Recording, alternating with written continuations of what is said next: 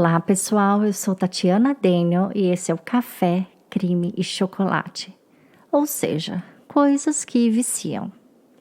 Confesse, você também é viciado nos 3. E se não for ainda, prepare-se. Vocês já repararam que ao longo do ano nós temos comemorações para toda a família? Quer dizer, quase toda. Temos Dia das Mães, Dia dos Pais, de um tempo para cá temos Dia dos Avós, em outubro temos o Dia das Crianças. Mas e os adolescentes? Qual adolescente nunca ouviu no Dia das Crianças que ele não é mais criança? E a questão aqui não é só presente não, mas reconhecimento, atenção. Algumas famílias até transformam o Dia das Crianças numa espécie de Dia dos Filhos, mas não é uma coisa muito comum. Em matéria de comemoração, eu sinto que nossos adolescentes ficam meio que de escanteio. Talvez muitos pensem que essa é a fase mais sem graça, onde eles não querem mais atenção voltada a eles, ou que o mais novo temperamental da casa não esteja nem aí para um dia no calendário. Mas eu acredito que é nessa fase que eles mais precisam de atenção, tempo, dedicação e, por que não, um dia para serem comemorados ou até mesmo analisados. Para quem não sabe, dia 21 de setembro é o Dia do Adolescente e para trazer atenção aos temas relacionados a esses indivíduos que parecem viver em uma constante montanha-russa de emoções, eu trago uma sequência de 3 casos envolvendo adolescentes. No episódio da semana passada, foi um caso de desaparecimento envolvendo um jovem de 19 anos, Bryce Laspisa. Já nessa semana e também na próxima, contarei casos de adolescentes sugeridos por vocês ouvintes e que trazem muito tema para discussão. Então, quem estiver no calor, tire o chocolate da geladeira e quem estiver no frio, esquente o café e prepare-se. Porque a história de hoje é sobre uma adolescente australiana que tinha tudo para brilhar, mas teve a sua vida interrompida cedo demais pelas mãos de alguém que ela confiava. O caso de hoje é sobre o assassinato da jovem bailarina Rachel Barber.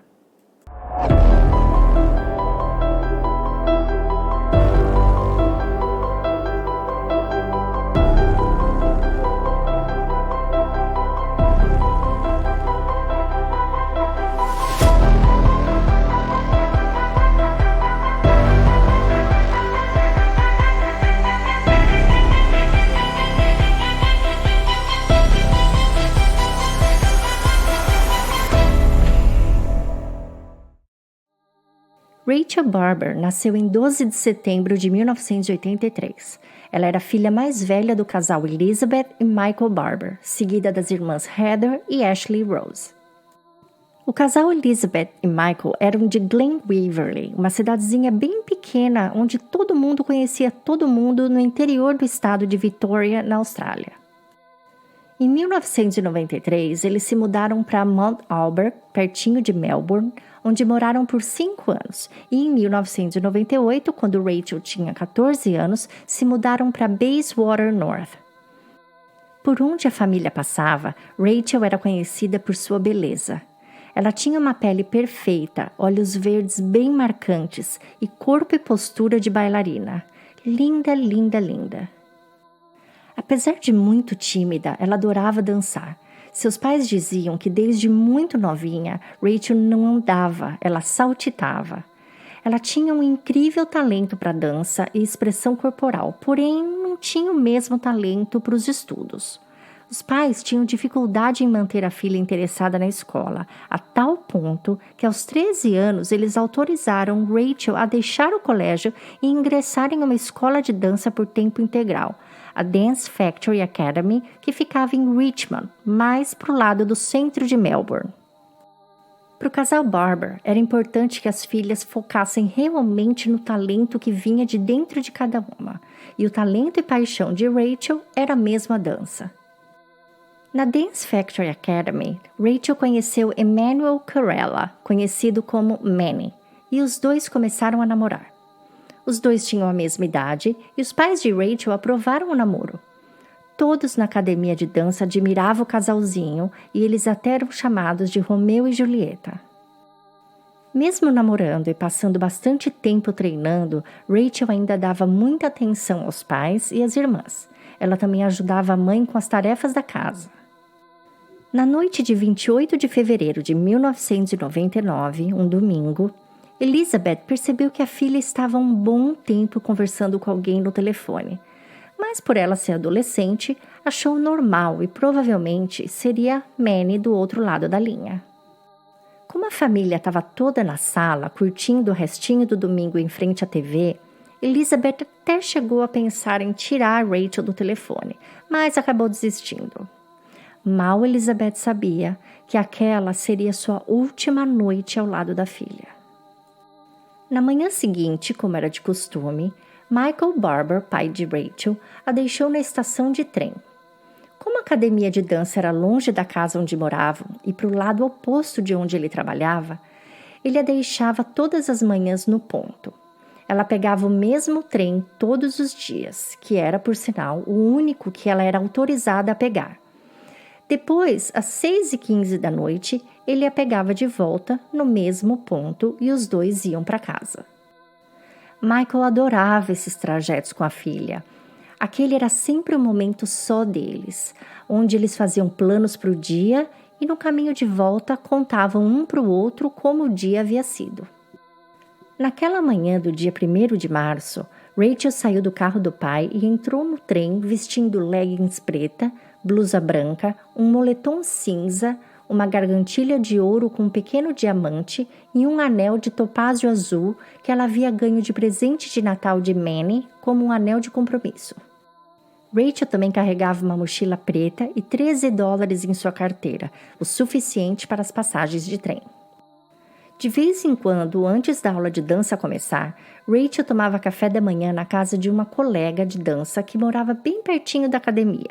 E naquela segunda-feira foi isso que Rachel fez. Durante esse café da manhã, ela comentou com a amiga que naquela tarde faria um trabalho e que esse trabalho pagaria muito bem. Toda entusiasmada, ela ainda completou dizendo que o pagamento seria o suficiente para que ela pudesse comprar um tênis das Spice Girls, que era um grupo famoso da época. Ela não comentou com a colega que tipo de trabalho seria, mas disse ser com uma amiga. Mais tarde, na escola de dança, ela também comentou a mesma coisa com Manny. E quando ele perguntou quem era essa amiga, ela disse que ele não a conhecia. Para Manny, ela disse que ganharia muito dinheiro, mas que ela não poderia contar o que era antes do trabalho acontecer. Preocupado, Manny pediu para que ela ligasse para ele assim que chegasse em casa. No início da noite, às 6h15, o trem de Rachel chegou na estação, mas Rachel não estava nele. O pai dela estranhou, pois Rachel era sempre muito pontual, mas pensou que talvez ela tivesse se distraído ou algo e viria no próximo trem. Então ele sentou e esperou. Só que o próximo trem chegou e nada de Rachel. Naquela época, telefone celular não era algo assim tão acessível como é hoje, e Rachel não tinha um. Então Michael começou a ficar cada vez mais preocupado, já que ele não conseguia contatar a filha. E sua preocupação foi aumentando a cada minuto que passava. Quando o próximo trem, que era o das 7h40, chegou sem Rachel, Michael resolveu ligar para a esposa. Elizabeth entrou em pânico e na mesma hora começou a ligar para todas as amigas de Rachel, mas nada de notícias da filha. Foi aí que ela conseguiu falar com Manny e percebeu que ele também já estava ficando preocupado. Manny pergunta se ela já havia ligado para a amiga que Rachel faria o trabalho aquela noite. Elizabeth se surpreende, pois ela não sabia nada de trabalho algum, muito menos com quem. Ela estranhou ao saber que Manny também não sabia e que nem conhecia essa tal amiga. Nesse momento, sabendo que algo realmente estava errado, Elizabeth, Michael e Manny começam a traçar mais ou menos como teria sido o dia de Rachel. Segundo o que eles sabiam, ela teria entrado no trem às 9h30, tomado o café da manhã com Carly na casa dela, ido para a academia de dança, Lá ela teria encontrado Manny e seu irmão Dominic. Às 4 da tarde, Rachel havia pedido para Dominic se ele poderia dar uma carona até a avenida Bridge Road, onde ficava um ponto de trem. Ela comentou com ele que encontraria uma velha amiga, qual ela faria um trabalho, mas que ela só poderia contar o que realmente era no dia seguinte. Às 5:30 da tarde, quando os ensaios terminaram, Dominique foi até Rachel para confirmar se ela queria mesmo a carona. Mas ela mudou de ideia, dizendo que já havia arrumado um outro jeito de chegar até o ponto de trem. Quando uma outra colega perguntou onde ela estava indo, Rachel disse que andaria até a Bridge Road, onde o pai dela a buscaria. Essa menina chegou a se oferecer para acompanhá-la, mas Rachel recusou. Rachel foi vista pela última vez pelos colegas às 5:45, andando em direção à Bridge Road. Elizabeth e Michael não tinham a mínima ideia do que a filha poderia estar planejando e nem com quem. Por isso, às 8 da noite, eles resolveram ir até a polícia e informar o desaparecimento da adolescente. A polícia respondeu à ocorrência acreditando tratar-se de fuga e não desaparecimento. Eles instruíram o casal a ficarem em casa, pois provavelmente Rachel estaria por aí com amigos ou, quem sabe, um outro namorado e apareceria mais tarde. Caso ela não aparecesse em 48 horas, eles deveriam entrar em contato novamente. Sendo assim, os Barbers voltaram para casa como a polícia mandou, mas eles não conseguiam dormir. A avó de Rachel, mãe de Elizabeth, foi para a casa deles para ajudar com as crianças, pois o casal não tinha condições nenhuma de prosseguir com a rotina da noite. Michael chegou a colocar uma cadeira do lado de fora de casa, na calçada, porque dentro de casa ele sentia dificuldade de respirar de tanta preocupação com a filha. Ao buscar por pistas do que poderia ter acontecido, Elizabeth percebeu que Rachel havia levado com ela o urso de pelúcia que mais gostava e uma peça de roupa, o que apontava exatamente para o que a polícia pensava ser, uma típica fuga. Aquela noite foi longa para os Barbers. Na manhã seguinte, 2 de março, Rachel não apareceu para o café da manhã na casa de Carly e também não apareceu para as aulas de dança na academia.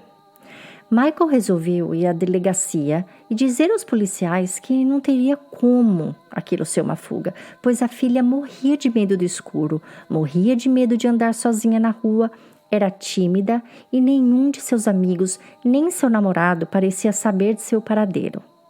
Depois de tanto insistir, ele conseguiu fazer um boletim de ocorrência naquela mesma manhã.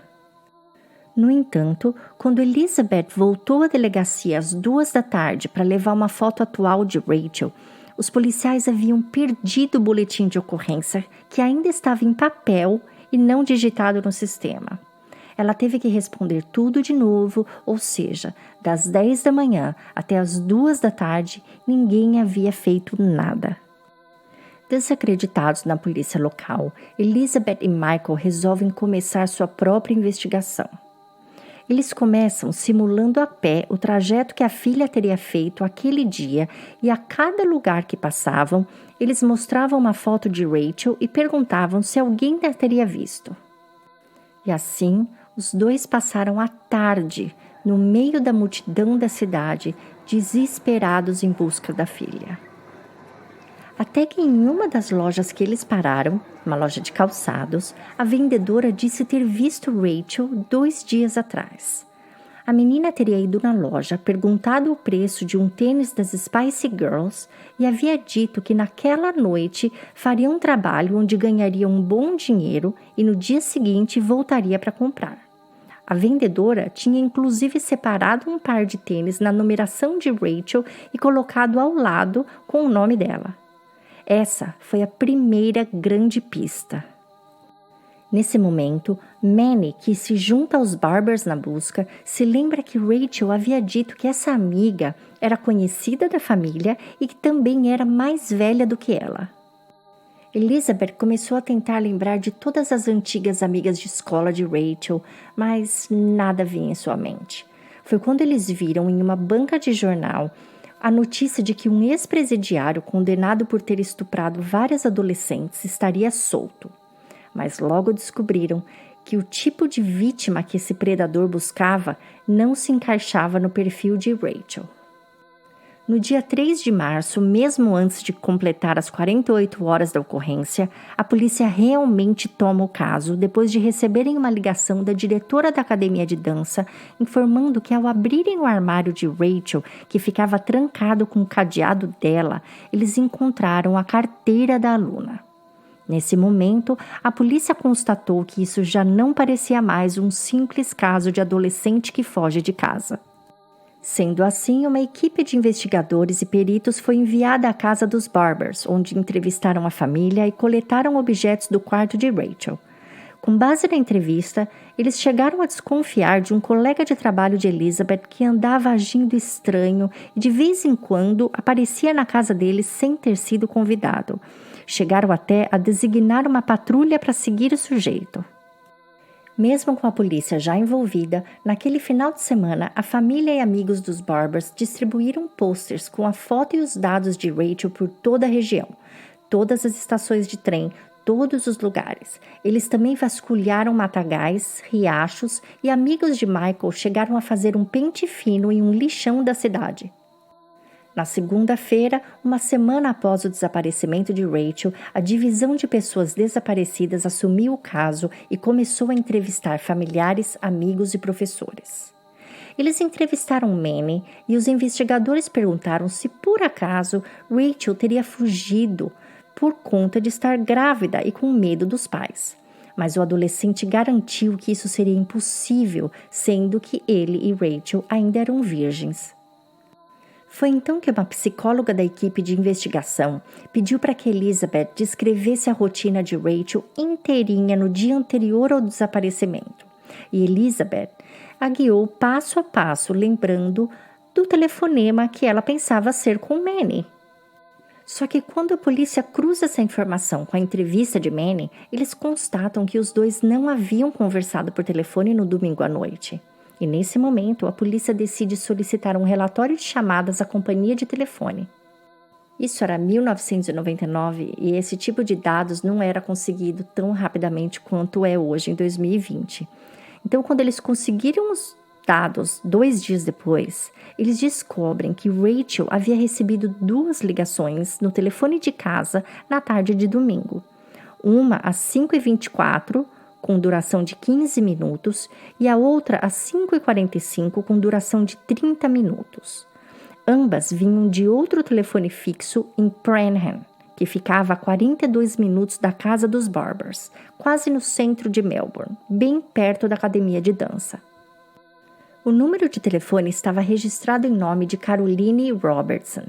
Quando os policiais perguntaram se os Barbers a conheciam, eles disseram que não, que a única Caroline que eles conheciam chamava-se Caroline Reid, que era uma antiga vizinha, um pouco mais velha que o Rachel, mas há muito tempo eles não a viam. Ela era, inclusive, a segunda pessoa na lista de possíveis conhecidos de Rachel que Elizabeth havia dado à polícia.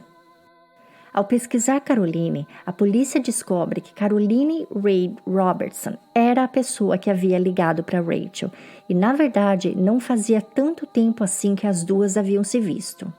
Michael, pai de Rachel, lembrou-se que poucas semanas antes ele havia levado a filha mais nova deles no aniversário de uma das irmãs mais novas de Caroline e que Rachel estava com ele no carro e enquanto ele foi dentro da casa levar a filha, Carolina foi até o vidro do carro conversar com Rachel. Nos próximos dias, a polícia tentou contatar Caroline, mas sem sucesso. No trabalho, sua chefe disse que ela estava doente e não havia ido trabalhar nos últimos dias, dizendo estar em casa. Foi só no dia 11 de março que eles conseguiram o endereço de onde a jovem estava morando e foram até o apartamento dela. Lá, eles bateram na porta e nada. Bateram, esperaram mais um pouco e nada. Com o telefone do pai de Carolina em mãos, eles conseguiram autorização para arrombar a porta, mas a mesma estava trancada com um trinco interno. A polícia então precisou da ajuda do corpo de bombeiros para entrar no apartamento via janela do banheiro, já que o apartamento ficava no 3º andar. Ao entrarem, eles viram que o apartamento estava todo revirado e parte encaixotado, como se estivesse pronto para uma mudança. Lá eles encontraram Caroline caída no chão, ao lado de um vidro de medicamentos para epilepsia. Possivelmente, ela teria desencadeado uma crise ao ver que a polícia estava batendo em sua porta. Enquanto o socorro era prestado, os policiais fizeram uma busca no apartamento e encontraram uma sacola com roupas que aparentavam ser muito pequenas para Caroline, mas que serviria perfeitamente em Rachel. Eles também encontraram um caderno com várias anotações perturbadoras, sendo alguma delas referindo-se à menina desaparecida. Caroline foi levada ao pronto-socorro, mas em algumas horas foi liberada e levada à delegacia. Lá, ela admitiu ter assassinado Rachel e a enterrado na chácara de seu pai, no mesmo lugar onde ela enterrava seus animais de estimação. Em seu depoimento, Caroline estava tão calma e tão fria que a polícia, a princípio, teve dificuldade em acreditar, pois ao perguntar a ela o motivo, Caroline apenas dava de ombros e olhava para o chão, sem responder. A polícia chegou a pensar que Caroline estaria acobertando uma fuga de Rachel. Mas ela dizia que não.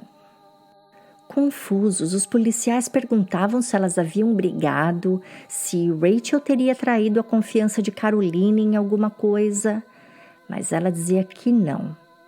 Qual seria o motivo então? A menina não respondia. Enquanto Caroline era interrogada, uma equipe de investigadores com cães farejadores faziam uma busca em seu apartamento. Os cães alertaram para o armário de um dos quartos, indicando que um cadáver teria estado lá recentemente. E foi através dos itens escolhidos no apartamento que a polícia conseguiu tirar da jovem algumas poucas informações e montar uma reconstituição. Caroline Reid Robertson conheceu a família de Rachel em 1994, quando eram vizinhos. Caroline, na época com 14 anos, pedia para cuidar como babysitter das filhas dos Barbers, sendo Rachel de 10, Heather de 6 e Ashley Rose ainda bebê. As irmãs mais novas de Caroline eram da mesma idade das irmãs de Rachel. As famílias frequentavam a casa uma da outra com frequência, mas algo era muito diferente nas duas residências, o que talvez fosse o que fizesse com que Caroline quisesse sempre passar tempo com os Barbers.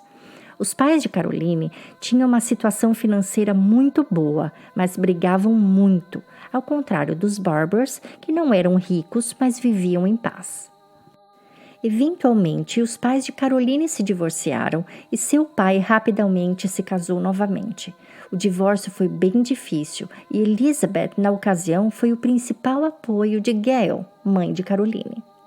Em 1998, os Barbers se mudaram e o contato entre as famílias diminuiu consideravelmente. Eles só se viam quando era aniversário de alguma das filhas mais novas. Caroline já não tinha praticamente contato algum com Rachel, já que além da diferença de idade, Rachel já poderia cuidar das irmãs e não precisavam mais de babysitter. No entanto, Caroline parecia não estar satisfeita com a distância. Anotações encontradas em cadernos de Caroline demonstravam que ela já tinha há muito tempo uma verdadeira obsessão pela vizinha. Ela fazia anotações das mais variadas sobre a menina, desde detalhes retirados do álbum de bebê de Rachel, com gráficos de seu crescimento, primeiras palavras, primeiras consultas médicas. Sabe aqueles livros que as mães completam para o bebê com os dados sobre toda a fase de crescimento? Então, Caroline possivelmente teve acesso a esse livro enquanto era babysitter da família e havia copiado todos os dados referentes a Rachel. Suas anotações também mostravam tabelas de comparações entre as duas, com atribuições positivas a Rachel e atribuições extremamente negativas sobre ela mesma. Como, por exemplo, Rachel tinha uma pele perfeita e ela tinha muitas espinhas. Rachel tinha um corpo perfeito e ela se achava gorda, desajeitada e ridícula. As críticas que Caroline fazia a si mesma em suas anotações demonstravam um sentimento de extrema baixa autoestima misturada a um ódio exagerado por si mesma. Porém, esse comportamento de Caroline não passava despercebido. Sua mãe, na época que ainda era vizinha dos Barbers, havia comentado com Elizabeth que sugeriu que eles procurassem ajuda profissional, mas Gail dizia que Caroline se recusava a passar por um terapeuta. Nas anotações de Caroline tinham cartas que ela escrevia ao pai pedindo ajuda, mas as cartas nunca eram enviadas. Aos 18 anos, ela foi morar sozinha em um apartamento em Melbourne e foi então que sua obsessão por Rachel tomou proporções ainda maiores. Ela planejou assassinar e roubar a identidade de Rachel por escrito, detalhe por detalhe. Foram com essas anotações e com as evidências que o promotor Jay Rapke montou sua versão, que acabou posteriormente sendo aceita pela acusada, que declarou-se culpada. Segundo a Suprema Corte, o crime teria acontecido assim. Na noite de domingo de 28 de fevereiro de 1999, Caroline telefonou para Rachel e a convidou para participar do que ela fingia ser um teste, uma espécie de pesquisa, como aquelas pesquisas que as pessoas ganham para responder.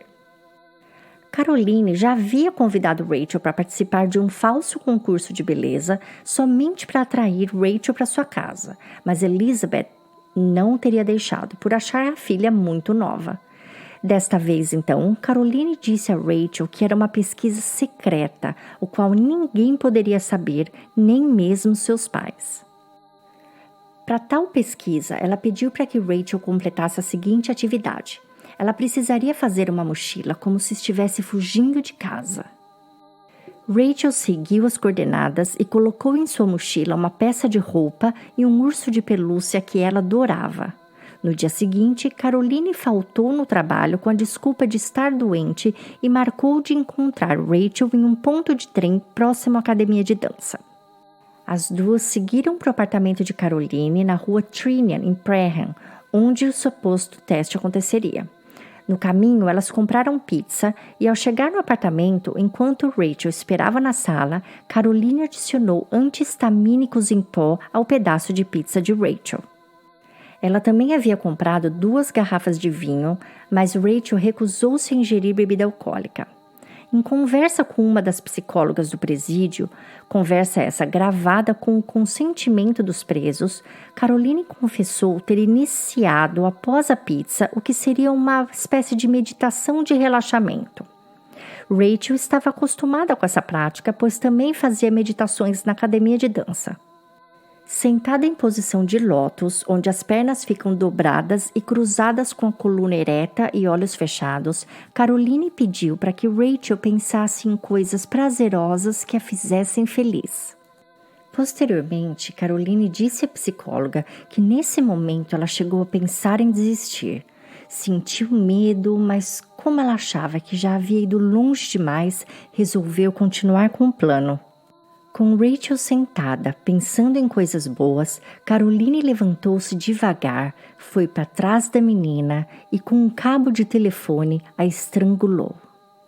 Apesar de dizer não se lembrar do que fez em seguida, às 4 da manhã, uma moradora do mesmo prédio, do apartamento 6, acorda com um barulho muito alto de alguém chorando e soluçando no banheiro do apartamento 9, que seria o apartamento ocupado por Caroline. Nos próximos 2 dias, Caroline teria ficado em casa com o corpo da bailarina guardado em seu guarda-roupas. Dentro desses 2 dias, David Reid, seu pai, visitou a filha após ser informado pelos funcionários do escritório onde ela trabalhava que ela estaria doente. Ao chegar no apartamento, David encontrou a filha pálida, quieta, e notou que as portas dos quartos estavam fechadas, algo que ele não notava outras vezes que visitava o apartamento. No dia 4 de março, Caroline liga para uma amiga a qual ela havia emprestado dinheiro e pede para que ela a pague de volta. Com o dinheiro, ela contrata uma empresa de mudança e pede para que eles transportem uma escultura até a chácara de seu pai. Ela então enrola o corpo de Rachel em vários tapetes e coloca em uma mala militar, a qual a empresa de mudanças leva sem desconfiar.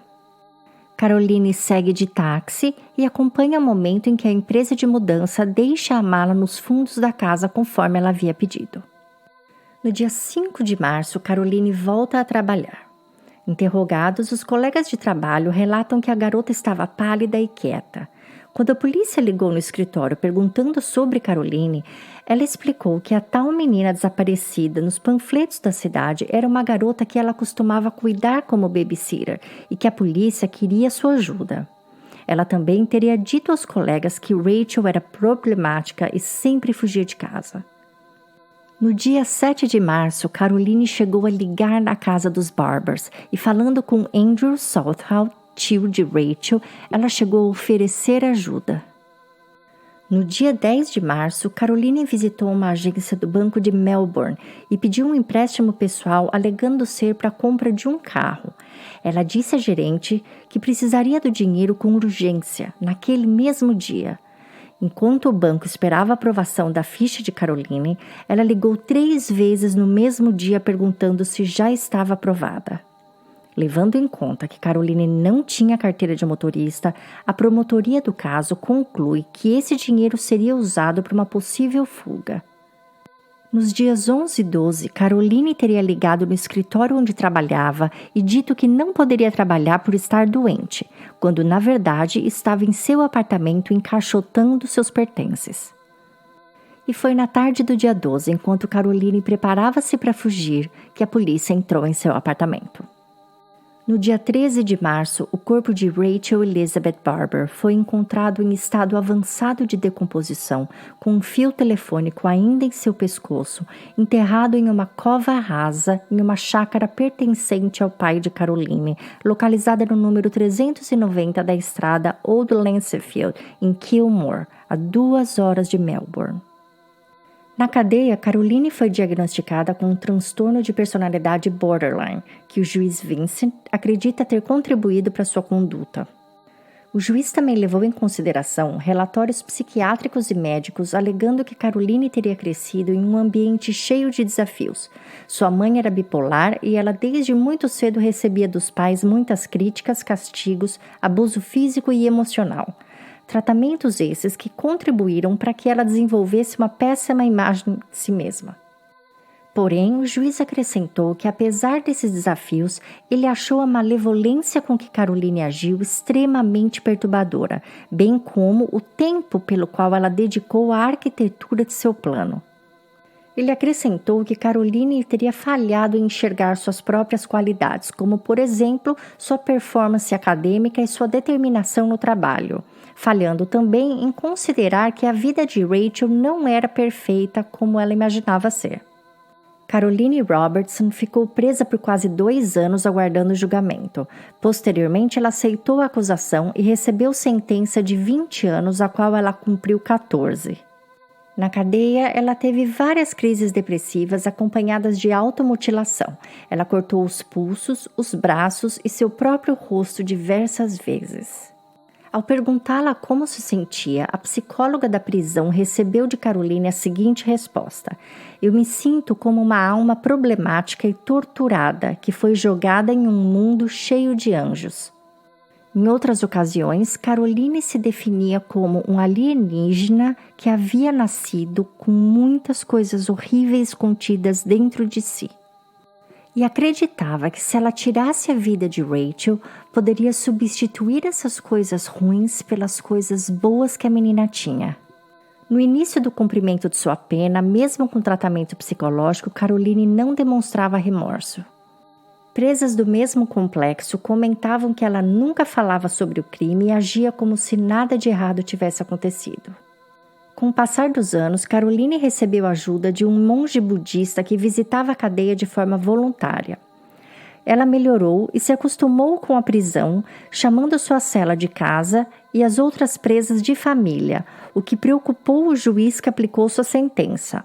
Ele achou que, apesar de Caroline ter cometido um crime hediondo, ela ainda era muito jovem e corria o risco de se acostumar com a cadeia e ignorar a vida que um dia poderia ter lá fora. Em janeiro de 2015, Caroline foi libertada da prisão Dame Phyllis Frost de Deer Park, em Vitória, na Austrália.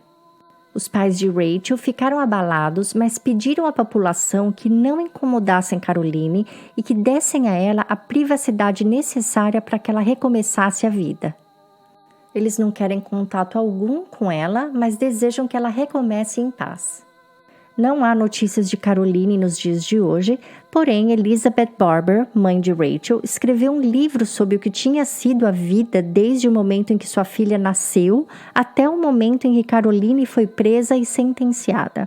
O livro foi intitulado Perfect Victim e, após ser lançado, ele deu origem ao filme A Vítima Perfeita, estrelado por Guy Pearce, Miranda Otto e Kate Bell. Manny, o namorado de Rachel, acabou se tornando cantor e coreógrafo. Por 3 vezes ele chegou no topo dos hits na Austrália. Quem quiser conferir, tem um dos seus clipes em nossa página www.crimesemistériosbrasil.com. Uma outra curiosidade é que a chácara do pai de Caroline, onde Rachel foi enterrada em Kilmore, foi vendida por $300 mil logo após o corpo ter sido encontrado. Os novos donos reformaram a casa e a revenderam 2 anos depois por quase o dobro do preço. Depois, a casa foi vendida novamente em 2016 por quase $1 milhão. Incrível como o mercado imobiliário no sul da Austrália valorizou, mesmo tratando-se de uma propriedade com um histórico desses. Mais recentemente, os pais de Rachel tiveram problemas com o administrador de uma página no Facebook. Essa página, de caráter político, promovia mudanças nas leis australianas e trazia na capa uma foto de Rachel. O casal Barber chegou a pedir várias vezes para que o Facebook removesse a foto, pois eles não queriam a foto da filha relacionada a nada que envolvesse política e nada que envolvesse leis, uma vez que ela nem está mais viva e que eles não faziam parte de nenhum movimento como esse. A briga piorou quando o Facebook não tirou a foto e a página ainda começou a compartilhar assuntos sobre terrorismo, coisas bem ruins, crimes e, por fim, ataques pessoais à família de Rachel. Bom, para fechar esse episódio, eu queria citar aqui um trecho que eu tirei de um artigo da Academia de Gestão da Emoção, que diz que a autoestima não nasce com a pessoa. Assim, consequentemente, a autoestima baixa também não. A autoestima vai se moldando de acordo com as experiências que temos em nossas vidas. As fases da infância e da adolescência são muito importantes para essa construção. Como os filhos, quando pequenos, querem agradar os pais, acabam usando os incentivos que esses oferecem como uma referência. Essas referências podem ser boas ou ruins. Ainda nessas fases, acontecimentos podem marcar uma pessoa para sempre. E essas marcas podem estar no inconsciente e a pessoa não ter noção nenhuma disso. Tome como exemplo uma criança que presencia o pai elogiando a outra. Ela pode tentar copiar essa criança e ser menos ela mesma. Afinal, para uma criança é muito difícil dividir a admiração dos seus pais. Ou seja, na infância, todas as experiências negativas precoces podem ter um efeito muito duradouro na nossa vida adulta. Dentre essas experiências, podemos destacar castigos frequentes, negligência frequente, abuso crônico, normas parentais severas, ser intimidado ou boicotado, estar na extremidade receptora do estresse ou do desespero de alguma outra pessoa, falta de elogios, calor e carinho, permanecer em uma família ou grupo onde outros membros são preconceituosos. É mais fácil construir uma autoestima saudável do que remediar uma autoestima baixa. Psicólogos e psiquiatras defendem que é preciso se convencer de que transtornos mentais em adolescentes são reais e não apenas drama. A gente tem a ideia de que o adolescente é aborrecente, porque está passando por mudanças hormonais, fica irritadiço, dorme demais.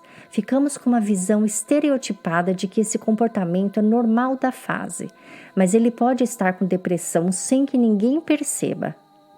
Então, se você sofre de baixa autoestima ou conhece alguém com esse problema, busque ajuda especializada.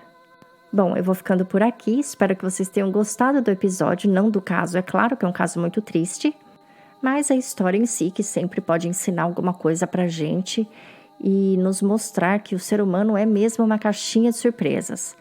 Para quem quiser ver fotos sobre esse caso, é só acessar nosso site ou entrar no nosso grupo fechado do Facebook, onde eu sempre coloco mais fotos do que no Instagram e no website. Lá a gente também pode discutir sobre os casos e aprender mais ainda com eles.